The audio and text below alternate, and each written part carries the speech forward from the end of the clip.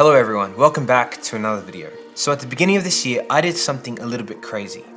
I changed my degree. And so I sort of shifted my degree from one that was predominantly made up of science units and medical science units to a double degree, which kept the science units that I'd already done, but added in some business units. And the interesting thing I realized in approaching this whole new topic in business was that the process that I'd been using for such a long period of time that worked really well for me in science actually wasn't working as well as I wanted it to for business. And so for the first time in a while, it sort of forced me to fundamentally rethink my approach to learning and sort of try some new things, try some new techniques, and fail a lot in the process. And so after doing just that for an entire year, I can say that I've learned a lot along the way, and my process towards learning has evolved. And I wanted to share a bit of that with you today, and I think you'll like it.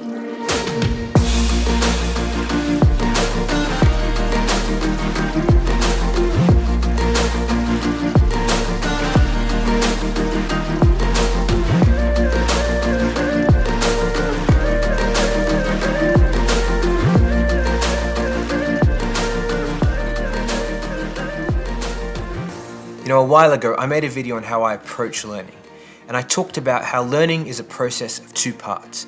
It's a process of breaking things down and building things up. And the secret to learning was that if you could just ask the right questions, and if you could trust your curiosity, you could break down any topic or concept that was thrown in front of you and understand it. That it did not matter what the answers were, because we all have the answers in Google and the textbook, but it's the questions that you ask that makes that information relevant to you. And I've always compared this to the analogy of eating food. So when you eat something, your body digests it and breaks it down to its smallest bits. And then your body takes all those small bits and then makes you out of it. And in the same way, I've always talked about breaking things down through asking questions and then putting it back together in your own way. Now, whether that be through doing some questions and testing yourself or teaching someone else, which is really fun, that process is all about taking the information and making it your own. And particularly with notes, that was one of my favorite ways to study in science. And it worked so well for me for 2 years. The thing is, though, when I came to business this year and I was faced with all of this new content and concepts, I took that process that was working for me in science and basically applied it like a template or a recipe to everything I was doing in business. So I watched my lectures, I wrote down my questions, I broke it down, and then I made notes out of it. If you actually have a look, here are some of the notes that I made on my iPad in business. And so every single week I'd spend around 2 to 3 hours breaking down the content I was learning and then making these notes out of it. And for me, they were quite easy to make. I really enjoyed the process. I was understanding the content and I was able to retain the knowledge. But I don't know what it was, but I felt like in that process, as great as it was, something was missing. For some reason, doing it for these business units felt like a waste of time to me. And so I thought about it for quite a while, for a few months actually. And I started to realize that learning in business and science were two fundamentally different things. You see, in undergraduate science, learning is simply about two things. It's firstly whether or not you can understand the content you're being taught, and secondly, whether you can retain it. That's all you need to do. And if you actually have a look at the way teachers teach in science and the way they sort of give assessments and the sort of exams that they give, you can see that they're just about that. And the students who do really well in science are the ones who can understand information really quickly and who can retain it, or as some people like to say, memorize it. Here's the thing I realized for some of my business units. You could know everything in the textbook. You could understand it thoroughly and you could memorize it inside out, but you could still fail at being good at business. So for example, you can know everything about a marketing plan. You can know all the steps in a process, you can know all the theory associated with those steps, but if you can't apply it to a completely new business in a completely new scenario and solve a completely new set of problems, what's the point to knowing all that?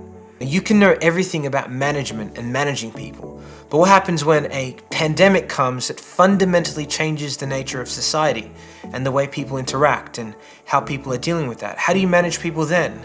You see, there's so much more to these issues than just regurgitating some facts in a test. And most of the time, real life isn't a multiple choice test or an exam.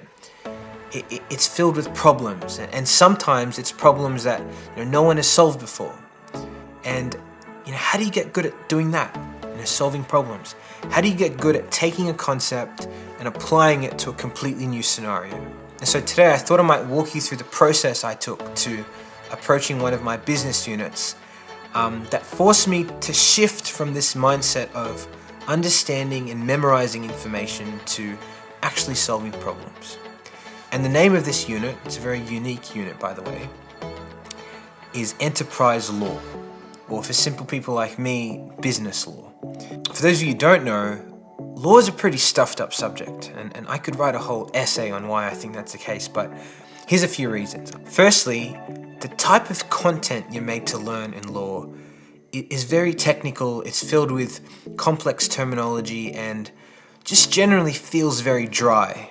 Secondly, and this really annoyed me, but every single piece of content you get in law, whether it's like a rule or a statement, is linked to some form of legislation or a past case that's come before it. And so every time you say a rule or you state a rule, you need to reference it with where it came from. And I remember thinking, like, how am I meant to keep track of that? And taking this a step further, thirdly, the depth of the legislation or the rules you learn is very hard to wrap your mind around. And so I'll give you an example of this. One of the topics you learn in law is contract law. You've probably heard that before, but a contract is basically a legally binding agreement between two parties. And one of the first things we learn in law is a contract's made up of three things. An agreement between two parties. Secondly, intention, so intent from both the parties to enter into a legally binding agreement. And finally, considerations. So that's what each party is offering each other. So for example, if you pay an Uber driver to drive you somewhere, your payment to the Uber driver and the Uber driver's driving of you to that location is the consideration involved in that contract. And so let's take this a step further. So coming back to agreement, an agreement in law is made up of two things: offer and acceptance. So one party makes an offer and the other party accepts it. And so let's take acceptance for example. You wouldn't think about it, but there's actually quite a few ways in which you can accept an offer. For example, you can write someone a letter and mail it to them saying you've accepted their offer. You can send them an email. You can accept by saying I accept on the phone, or you can even accept through conduct by acting in a particular way. And here's the crazy thing. For each of those different scenarios, there is a different rule that tells you how you should deal with acceptance. And attached to those rules is a different piece of legislation or a past case.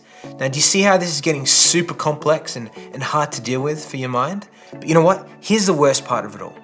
The crazy thing about law is you can know everything, all the legislations, all the rules, all the references inside out, and you can still fail the exam.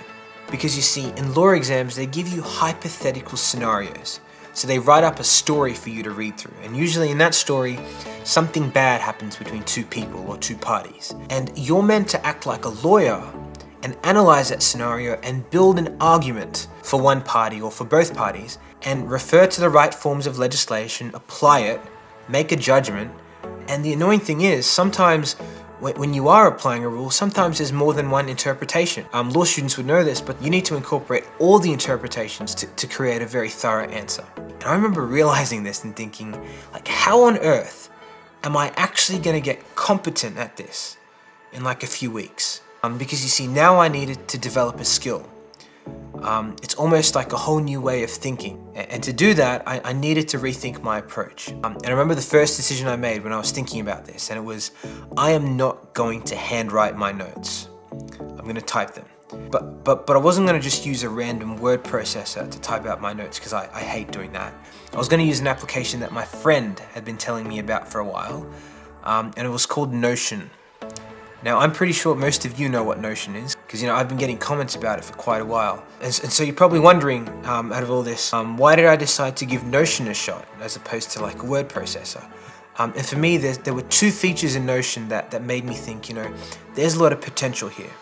And the first one was the toggle tool.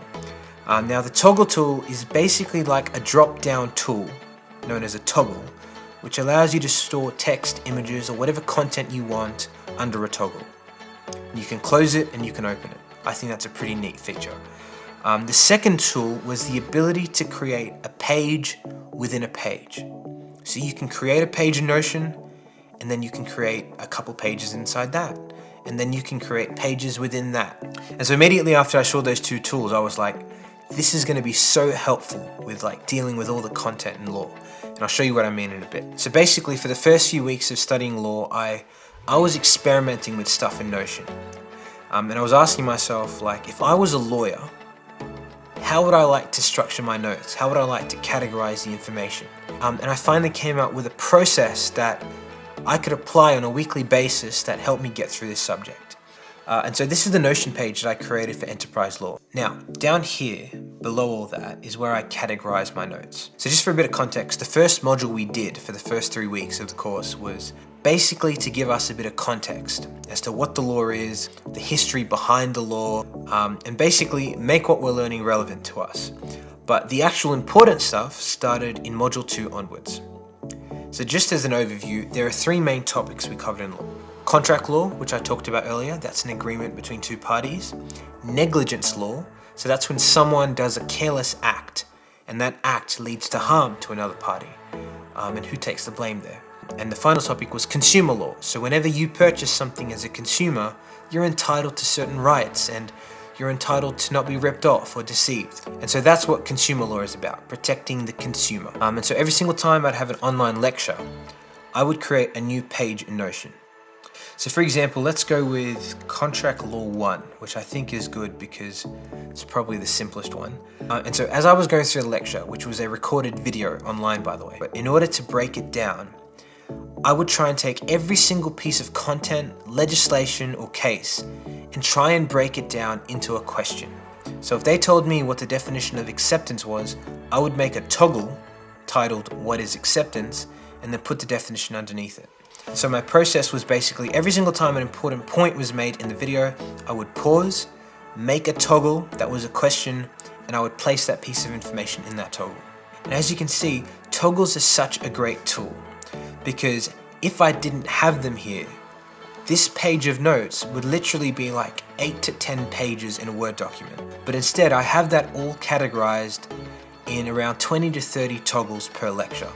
And I think that's what makes it such a cool tool, that when I scroll through it right now, I'm able to get a very clear overview of my questions and essentially the thoughts I was thinking at the time when I learnt it first. And in a sense, it helps you compartmentalize the information mentally. Now, by the way, this process took around 2 hours a week to do.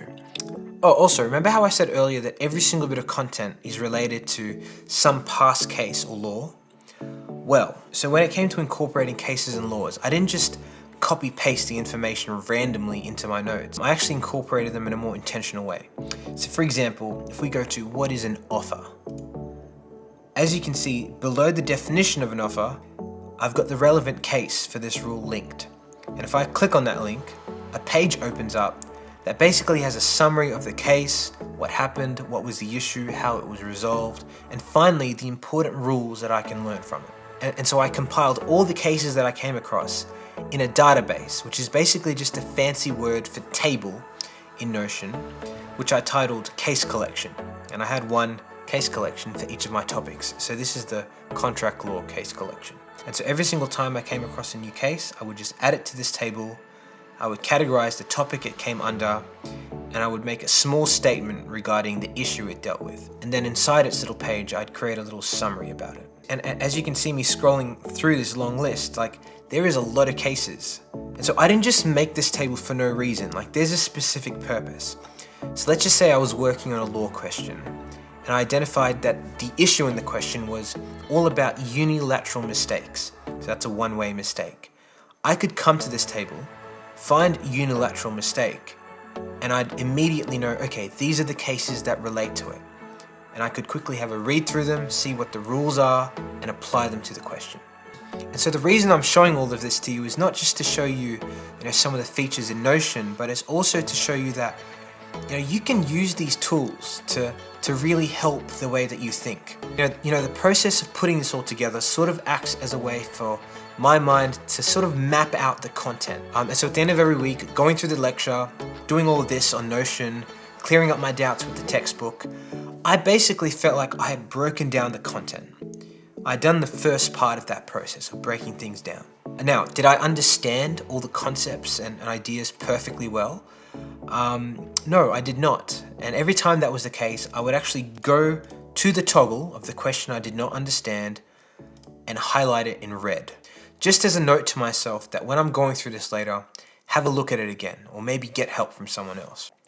And so after breaking it down, I needed to build it back up. I needed to essentially do what a lawyer does and apply the legislation in a scenario. And the really cool thing was, on a weekly basis, our teachers would give us 4 to 6 hypothetical scenario questions that forced us to apply all this content in a sort of like a real world scenario. But yeah, in terms of homework, it's actually quite challenging to do. And what makes it challenging is there's 4 parts to answering a law question. Firstly, you actually need to identify the issue that's occurred in the scenario.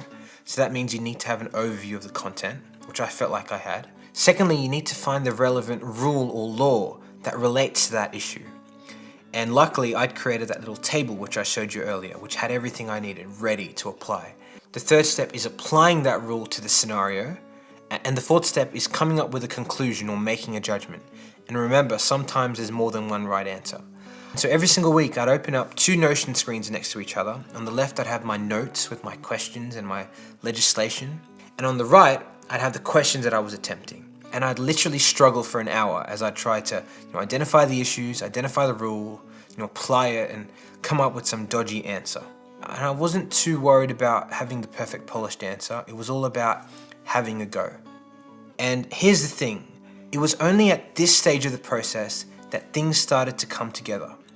You see, it was only when I was applying this content that I'd been learning in a completely new scenario to solve a problem that I was able to join the dots, to see why that particular piece of legislation or rule or case was important. And you know what's crazy? And I can't believe I'm admitting this, but once you've put the work in, and once you've struggled with it for a bit, law is actually a super enjoyable and interesting subject. But it's so much work and pain to get to that point. Once you're at the end of the process, it's actually pretty fun having a go at applying your knowledge at these problem-based questions. Because you're not just memorizing and regurgitating stuff. You're solving a problem. You're doing something you haven't done before. And I think that's pretty exciting.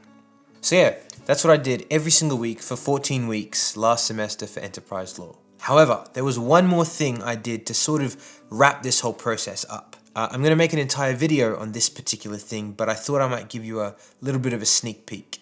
And so our final exam for law was open book. And because of it, the thing most students would do is take the textbook physically into the exam.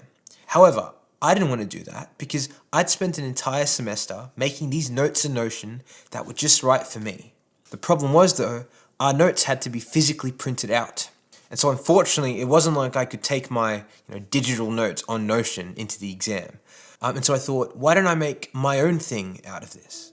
And so what I did was I used a software called Keynote, which is basically a presentation software that's free on a Mac.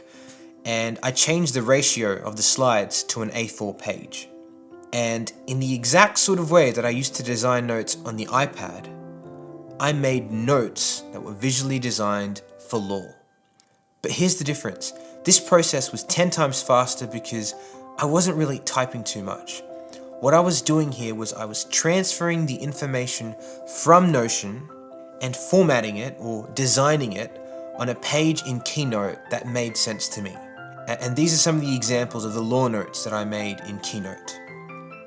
I think it's very easy to look at these notes and say they're just a page of aesthetic notes. But for me, I found that putting together a set of notes like these for each of my topics was actually the best way to revise this content. And that process of making something, of taking the time to design and format a page of notes or pages of notes. For me, that process is all about organizing the information in my mind in a systematic way, where I can see the connections between things. After doing this, I felt like I knew, well, not all, but most of the content in law inside out. The point of this video wasn't to tell you that I've become really good at law or anything. It wasn't about the outcome. It was about the process and showing you the work, the the thinking, and essentially the struggle that goes on when approaching something that's new. And I know that so many of us think that we want some hack, some simple steps to success or some recipe that we can apply to whatever we're studying. But I think we can do better than that. We have so many tools at our disposal: applications, technology, productivity tools, the internet, to the point where, we don't need more tools. We don't need more hacks. We don't need another faster way to memorize information that we're just going to regurgitate in an exam. What we need is something better. Something that's a reflection of the way that we think naturally, but is also adaptable at the same time. We need a process that teaches us to solve problems that we haven't solved before. A process where we're willing to embrace the possibility of being wrong if it leads to growth and learning.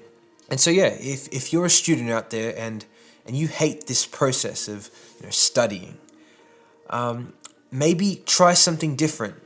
Maybe try something that might not work, and try and find a process that suits you as an individual. And you never know, you might end up enjoying it. So that is all for today's video. A bit of a lengthy one, but thank you all for watching to the end. I hope you enjoyed it, and I will see you in the next one.